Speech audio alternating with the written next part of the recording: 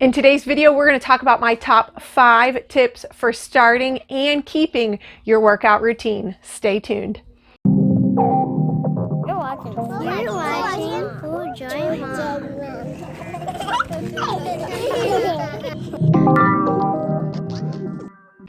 Well, if you are new here, hi, what's up? My name is Dawn Marie, and I am a mom of 4 kids with a YouTube channel meant to encourage and empower you to live an amazing, abundant, full joy mom life.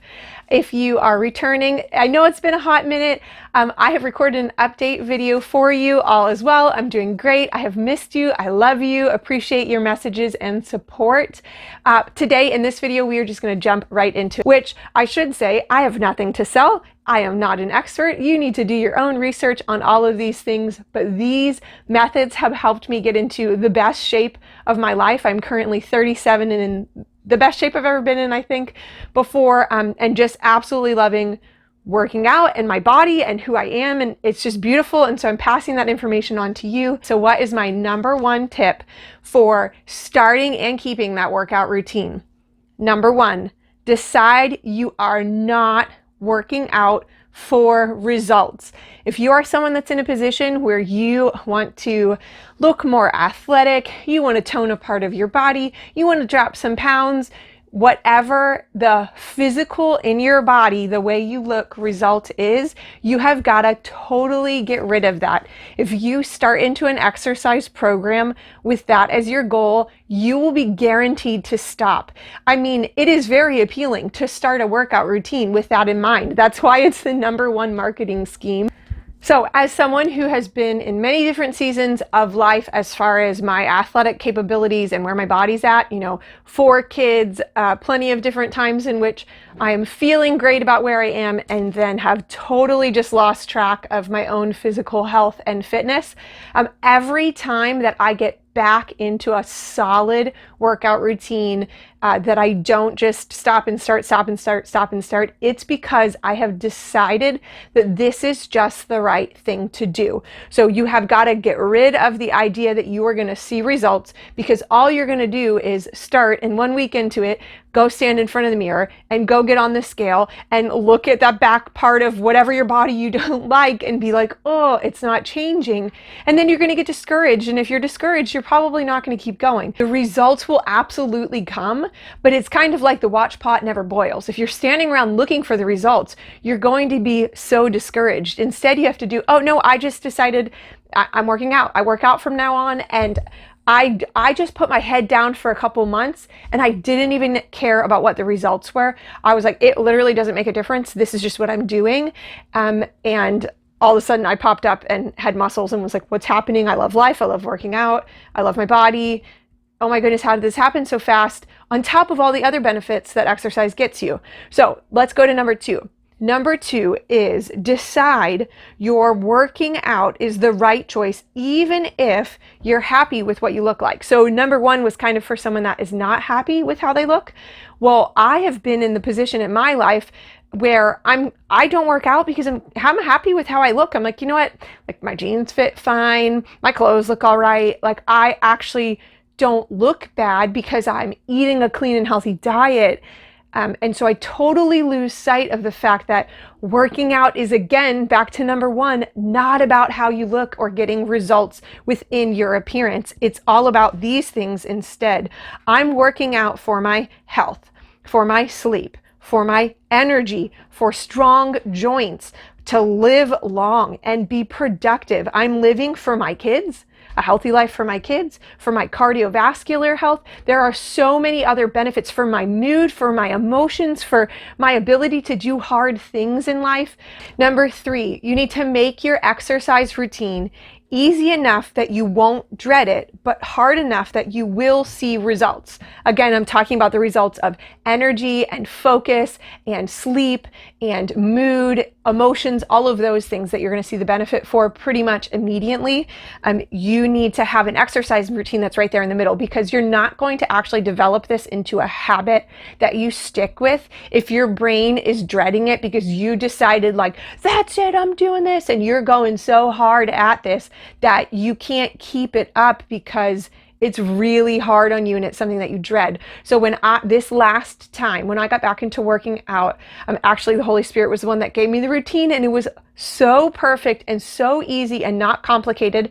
And I didn't receive any outside help. I wasn't like, let me watch YouTube videos, let me get an app, let me this, let me that. Like, no, just really stupid simple.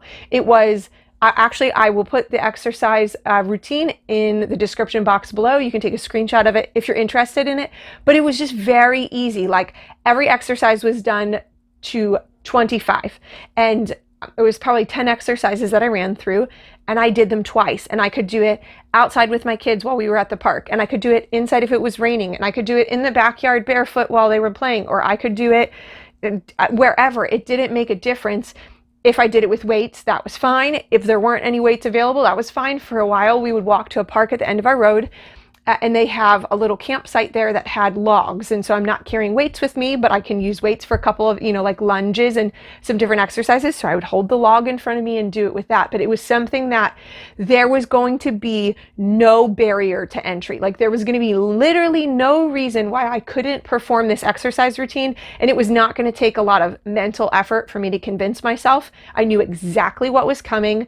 I knew that there were 2 to 3 exercises within there that I really didn't want to do. But other than that, it was like, it's fine. Like, every single exercise was not really hard. And so then as I was going through the routine, it was like, okay, you only have to do that one more time, and then the hard stuff is done. You'll be fine.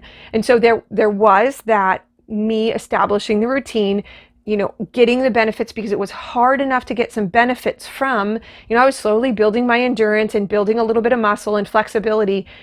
But it was not so much that I dreaded it. Thing number 4, pain is not always a bad thing. Now, obviously I need to put a disclaimer out there. You know your own body best. There are many different levels of pain. Pain is a great indicator that, hey, you probably shouldn't do this and something is going wrong. And there's doctors and medical wisdom you can seek. All that being said, what I found was that my joints were very weak this last time when I went to work out. So I would do some push-ups and my wrists would hurt. They weren't in excruciating pain. There wasn't, any sharp, intense pain, but I'd be like, oh wow, my wrist is pretty sore. Well, the way that you actually build strong, healthy joints, ligaments, and tendons is by putting weight on them. And oftentimes what I've found is that pain is actually part of the signal process of my body saying, oh, we need to go and beef up and strengthen this area of the body. So I remember one point after maybe my second child, where I had such weak wrists that I actually could not even be in a push-up position because it hurt so bad. And I had to do, now this could have been also like inflammatory processes in my body, maybe a little leftover Lyme disease, I'm not sure. But what I know is that I had actually accepted it as part of my life. I thought, oh, I'm just going to have weak wrists, or this pain is just because of some factor I can't control, not I need to slowly work on strengthening this area of my body. So personally, I've been working out since September 1st, very consistently. That was when I started this exercise routine that I'm describing to you. Before that, it was something harder, it was more difficult, complicated, and I would be on again, off again, on again, off again, and I wasn't keeping it consistently, mostly because of my mindset, because I was pretty happy with the way that I looked. I was thin, and so I had forgotten that that's not why you work out. You do not work out so that your body can look a certain way. Yes, there are loads of people that maybe have that as their priority. And obviously, if you stick with it, your body is going to look really athletic. And that's great, right? You're going to see improvements in your physical body, but that is not the reason to work out. So pain is not always a bad thing. I have been working out consistently with the routine I talked to you about since September 1st. And over the past 6 months, I've had all kinds of random body, like, oh, what did I do to my shoulder? What did I do to the top of my foot? Oh, this part of my body, that part of my body. And none of it ever lasts past, I don't know, maybe a week or so. And it truly has seemed to me like it is my body needing to strengthen that area. I haven't had any actual injuries, but I've had pain or discomfort for a short amount of time as my body is beefing that area up and strengthening it and improving it. So pain is not always an indicator that you're doing something wrong or that you need to stop or that you shouldn't continue that activity. Of course, that is a comment to be taken in moderation. Lastly, tip number 5, you need to just keep going. If you fall off the bandwagon for an entire week, do not spend an extra week feeling defeated and guilty to get back at it. Whatever the reason is that you stopped, who cares? Just keep going. If you don't get fast at continuing to get back on the bandwagon, you won't actually ever develop a habit, because I'm not sure, I don't know, but for me, I don't typically ever develop a habit where I don't miss. So you need to just be okay with that. It's part of the habit building process. Now, I'm not saying to have easy outs continuously and be like, oh, I'll just get back on the bandwagon tomorrow. No, but I mean, when your day gets away from you and it's 5 p.m. and you have to cook dinner and you really had all the intentions of working out, but X, Y, and Z came up and so you weren't able to get it done, that doesn't mean that the next day you're like, well, I wasn't even able to do it yesterday. I'm probably not even going to get it figured out today. It means you're like, okay, I missed yesterday, whatever, gonna get back to it. So as you continue to do that, your brain will start to put it all together, and you will actually start to bump it up on your own mental priority list. I don't really know how to describe how that happens, but at some point you just recognize, no, there is time to do this. When you're on the outside looking in, other people's lives who maybe have, different habits or routines or exercises in place can look very unappealing. But that's because you're not the one getting the reward for doing the hard thing. If you're just watching someone else do the hard thing, you're like, oh, pull-ups like that many, oh my gosh, that looks terrible and hard and I don't want to do it. Well, that's because your brain didn't give you any dopamine. The watcher doesn't get any serotonin. The watcher doesn't get the adrenaline rush. The watcher doesn't get the satisfaction of like, wow, I did my first pull-up. You as the watcher, the person that's watching, they don't get any of the benefits of the accomplishment and all the little wins. So of course it's going to look unappealing and hard, but as you start to decide, like, you know what, it doesn't feel like it fits into my schedule, but I'm just going to start to make it happen, right? That workout routine, I remember telling someone and they were like, I think the initial workout routine was either 20 or 30 minutes long. And they were like, that's not going to do anything. That's not going to like make a difference. No one's getting strong on 20 minutes a day or 20 to 30 minutes a couple times a week. I think maybe I did it for a while, 4 times a week. And guess what? I established a habit and I did grow muscle and it did make a difference and I did start to see a bunch of benefits.